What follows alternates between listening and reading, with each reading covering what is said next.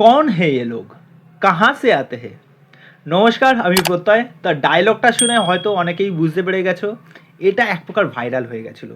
তাই এখন কথা হবে জলি এলএলবি 3 টিজারটা, যেটা আমি দেখলাম। দেখে একটা কথাই বলবো, ভাই বলিউড আবার ব্যাক করতে চলেছে। এইটা বলে জেনুইন কন্টেন্ট, এইটা বলে হচ্ছে কমেডি। কমেডির নামে বিগত এক মাস আগে যেই সমস্ত ক্রিঞ্জ সিনেমাপত্র আমরা দেখেছি বা আমাদেরকে গলদকরণ করা হয়েছে যে তোমরা এই কাজগুলো দেখো, যেটা এক প্রকার বমি করে দেওয়ার মতো। আমি কোন সিনেমার কথা বলছি তোমরা সকলেই জানো, হাউসফুল 5। ওকে, যাই হোক সেসব কথা বাদ দিলাম। এই টিজারটা দেখবার পর মনে হচ্ছে যে দুই মহারথী কমেডির তারা আবার একসাথে এক মাঠে নামতে চলেছে।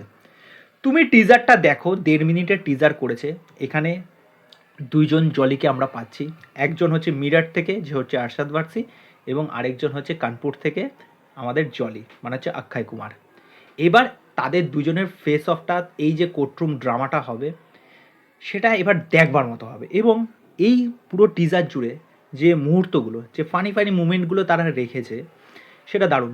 যখন টিজারের একদম ফার্স্ট মুহূর্তে যখন আরশাদ বারসিকে জিজ্ঞেস করা হচ্ছে তোমার তো মাথা খুব গরম ছিল, তোমার কি এখন সমস্ত কিছু ঠিকঠাক আছে, বলছে হ্যাঁ জানাব, হ্যাঁ আব তো বাচ্চে বাগেরা শাদি বাগেরা হো গয়া। তারপরেই দেখাচ্ছে ক্যারেক্টারটা সুইচ হয়ে যাচ্ছে, মানে সে এখন লোকের পেছনে লাঠি নিয়ে তাড়া করে। অপরদিকে আমরা দেখতে পাচ্ছি অক্ষয় কুমারের ক্যারেক্টারটা যে ঘুষ দিয়ে মানুষের কাছ থেকে নানা রকম কাজকর্ম করায়। জলি এলএলবি 2 এর সেকেন্ড পার্টটা তোমরা দেখে নাও, সেখানে কি কর্মকাণ্ড করেছে। এবং সৌরভ শুক্লার ক্যারেক্টারটা, ভাই এই লোকটা যখন এই ক্যারেক্টারে যখন আসে, লোকটার তুমি অভিব্যক্তি দেখো, এক্সপ্রেশন দেখো, তোমার দেখলেই হাসি পেয়ে যাবে। এবং এখানে তাদের দুজনের কোনো একটা কেস নিয়ে হয়তো ঝামেলা চলবে, বা এর কেসটা ওর কাছে চলে যাবে, বা এই যে তাদের দুজনের মধ্যে যে সমস্ত কর্মকাণ্ডগুলো যে হবে না পুরো কোর্ট জুড়ে, সেটা দেখবার মতো হবে। একটা মুহূর্ত এখানে যেটা দেখাচ্ছে যে পা ছুঁয়ে নমস্কার করার কথা, তখন বলছে যে কি তেরা মামা লাগতে, বলছে যারা আপকো মামা কে রে।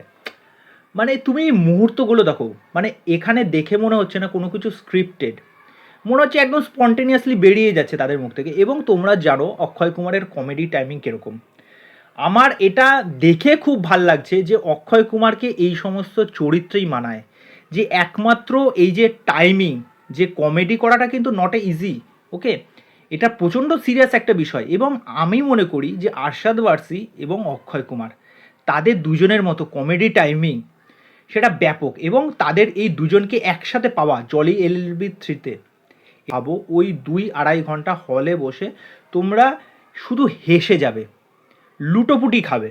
ওকে, আর অপর দিকে হচ্ছে সৌরভ শুক্লা। আর এই কোর্টরুম জুড়ে যা জিনিসপত্র হয়েছে, কোর্টরুমের ভেতরে ছাগল ঢুকে যাচ্ছে, পেপার ফেপার খেয়ে নিচ্ছে, এছাড়া এই কাজটার মধ্যে কিন্তু এরকম হিলেরিয়াস প্রচুর মুহূর্ত থাকতে চলেছে, এটা আমি বিশ্বাস রেখে বলতে পারি। সুতরাং এই টিজারটা আমার দুর্দান্ত লেগেছে, একটা রিফ্রেশিং টিজার।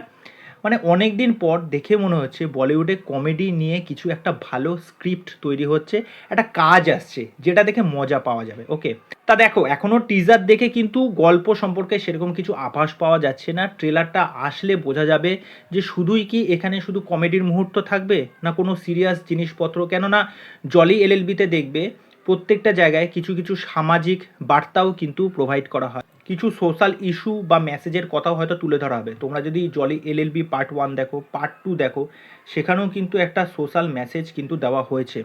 তা আশা করি এই গল্পের মধ্যে একটা সোশ্যাল ইস্যু বা মেসেজও হয়তো তুলে ধরা হবে।